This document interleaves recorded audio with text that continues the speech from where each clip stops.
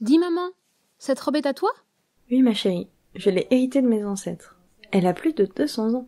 Comment c'est possible qu'elle ait encore sa couleur rouge? Du rouge de Garance précisément. Son histoire est intéressante, je vais te la raconter. À la fin du XVIIIe, dans la France des Lumières, l'industrie textile était florissante. Et à Marseille, tout le monde connaissait la solidité de nos teintures. Mon ancêtre venait d'une famille bourgeoise. Il voulait confectionner pour sa fille une robe de style anglais comme on aimait en porter à l'époque. Ainsi, il passait commande à un artisan teinturier. Bonjour mon brave, je vous amène cette robe en laine. Elle aurait besoin d'une belle couleur rouge qui puisse durer 1000 ans. Ah, faites-moi voir cette laine. En fonction de la nature de la fibre, soit laine coton, je n'utiliserai pas la même technique. Si vous voulez du rouge, les colorants exotiques qu'on importe du Mexique comme la cochini sont très chers. Je vous conseille du rouge Garance, une plante de la région. Même la pépinière royale située en Vendée ne fait pas le poids face aux garancières de Provence. J'en ai dans mon jardin. Suivez-moi. Regardez. Il s'agit ici d'une Garance voyageuse. Il existe une autre variété appelée Garance des teinturiers dont on en extrait un colorant rouge. Laissez-moi vous en donner plus de détails. Voyez-vous, on la plante communément au mois de mars en Provence. Sa culture et son entretien sont fort simples et elle peut être récoltée au bout de 3 ans en faisant attention aux racines. En effet, c'est à partir de ces racines rouges qui sont séchées puis broyées qu'on obtient une poudre à la base de cette teinture. Mais comment allez-vous faire pour tenir le colorant sur le tissu? Avec un mordant, pardi. Il en existe plusieurs. Par exemple, le sel de la pierre d'Alain est utilisé couramment. Il peut facilement se trouver à l'état naturel ou bien être synthétisé. Comme disait Bernard Palissy, artiste et savant de la Renaissance qui décrivit les propriétés que ce sel a pour fixer des couleurs, le sel d'Alain étant dissous dans l'eau sera cause que le drap que l'on veut teindre en rouge recevra la teinture qu'on lui aura préparée et un autre drap qui ne sera point trempé en l'eau d'Alain ne pourra le faire. Ensuite, comme votre mordant, il existe la crème de tarte qu'on récolte comme résidu des dépôts solides de tonneaux de vin. Comment déterminez-vous alors le mordant donnant le rouge le plus durable?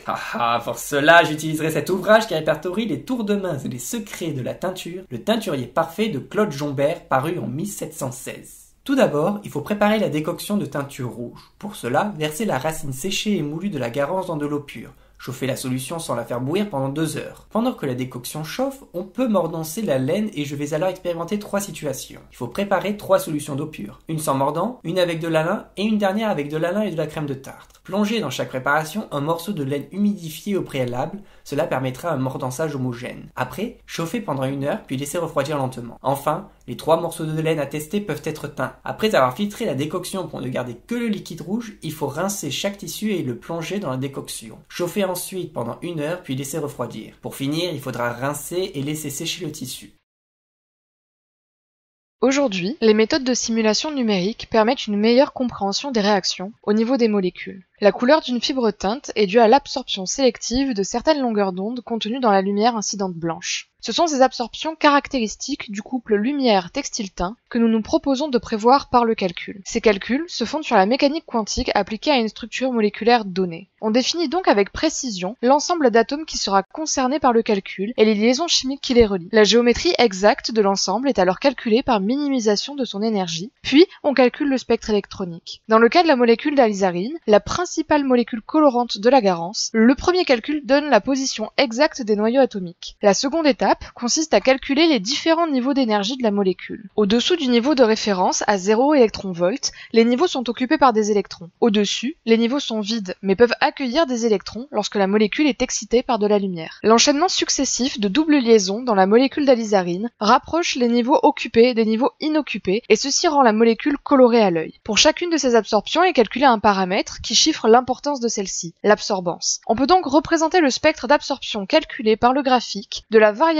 d'absorbance en fonction de la longueur d'onde de la lumière. Pour certaines gammes de longueur d'onde, on peut associer différentes couleurs allant du violet au rouge. Aujourd'hui, des simulations où la lizarine se lie à des tissus ont été faites avec de la cellulose qui correspondrait à du coton, plus simple à modéliser qu'avec une protéine de kératine pour de la laine par exemple. Toutefois, les liaisons chimiques mises en jeu sont similaires. Grâce aux simulations numériques, il est possible de calculer les spectres et donc de prédire les couleurs des différents échantillons. Ici à gauche, la lizarine seule est mélangée au textile. En ajoutant de l'alun au mélange, la molécule de mordant se positionne entre le textile et le colorant et renforce leur liaison, comme ici à droite. Dans ce cas, les calculs montrent que l'échantillon absorbe dans les bleus et violets. Grâce au cercle chromatique, on déduit que la couleur complémentaire, qui est donc donnée au textile mordancé, est une couleur rouge-orangée. Voici nos morceaux de laine teints en rouge. Cependant, pour vérifier que le colorant s'est bien fixé dessus, j'ai fait passer à un échantillon de chaque tissu le test du débouilli. Il s'agit tout simplement de les mettre dans un bain d'eau chauffée jusqu'à ébullition. Voilà le résultat. Observez comment la laine sans mordant a perdu beaucoup de sa couleur après le débouilli, tandis que les deux autres l'ont bien conservé. De plus, regardez ces belles nuances de rouge qu'offre ce colorant naturel. L'ajout de crème de tartre semble éclaircir le rouge et le faire tirer vers l'orange.